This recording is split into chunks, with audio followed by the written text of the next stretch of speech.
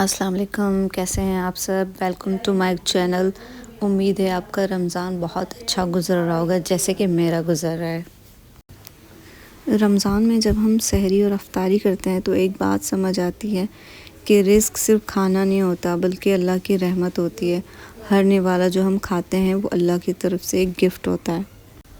وہ روزہ صرف بھوکے اور پیاسے رہنے کا نام نہیں ہوتا، روزہ دل کو صاف کرنے کا نام ہوتا ہے۔ جب ہم بھوکے ہوتے ہیں تو ہمیں ان لوگوں کا احساس ہوتا ہے جو روز بھوکے سوتے ہیں، اور تب سمجھ آتا ہے کہ صبر صرف انتظار کرنا نہیں ہوتا بلکہ اللہ پر پورا بھروسہ کرنا ہوتا ہے۔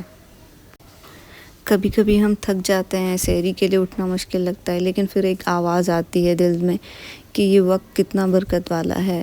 یہ وقت وہ ہے جب دعائیں قبول ہوتی ہیں، جب اللہ اپنے بندوں کے اور قریب ہوتا ہے۔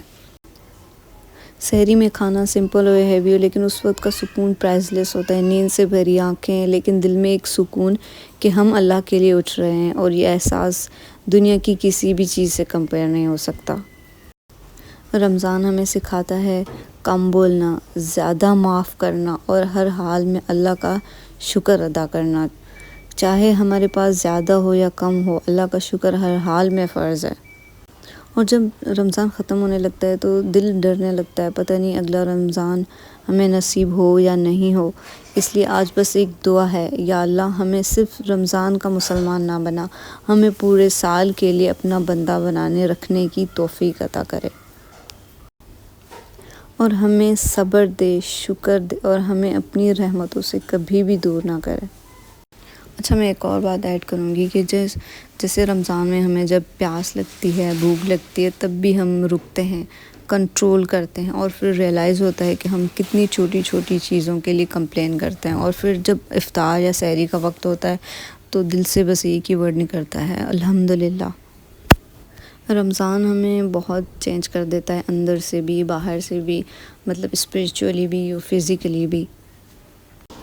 میں تو اللہ سے دعا کرتی ہوں کہ اللہ ہمیں جو صبر اور شکر ہمیں رمضان میں سکھایا ہے وہ ہمیشہ ہمارے اندر رہنے دے، تاکہ ہم رمضان کے بعد بھی اسی طریقے سے صبر سے گزاریں۔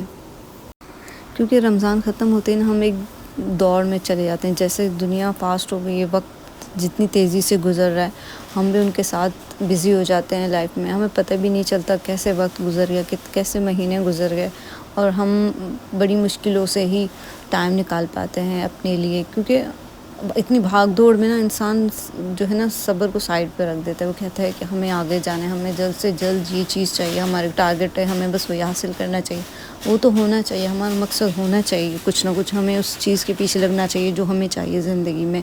ہمارے کچھ گولز ہوتے ہیں اسٹڈی سے ریلیٹڈ، کیریئر سے ریلیٹڈ، لیکن ایک جو سکون ہوتا ہے، ایک صبر ہوتا ہے، ایک ٹھہراؤ ہوتا ہے نا انسان کے اندر، وہ ضرور ہونا چاہیے۔ اپنے لیے وقت نکالنا چاہیے، عبادت کرنی چاہیے، وہ چیز ہمیں اللہ کے قریب کرتی ہے، اور اللہ کے قریب ہونا بہت ضروری، کیونکہ ہماری آخرت یہی ہے۔ یہ دنیا کی جو بھی چیزیں، یہ ساری چیزیں ہم یہیں چھوڑ کے چلے جائیں گے، لیکن ظاہر ہے ہر انسان کو یہ ہوتا ہے کہ مجھے بھی وقت کے ساتھ چلنا ہے، مجھے بھی ایسے ہی وہی چیزیں اپنی زندگی میں چاہیے جو لوگوں کے پاس ہیں۔ اپنا کیریئر بنانا، اس میں انسان چاہتا ہے کہ میں پیچھے نہ رہ جاؤں، ایسا نہ ہو کہ میری زندگی کا وقت نکل جائے، میں بھی وقت کے ساتھ ساتھ چلوں۔ کرنا چاہیے، بالکل ایسا ہی کرنا چاہیے، لیکن اپنی زندگی میں ایک ٹھہراؤ ضرور ہونا چاہیے۔ اچھا جی، ملتے ہیں پھر نیکسٹ ویڈیو میں، تب تک کے لیے اللہ حافظ۔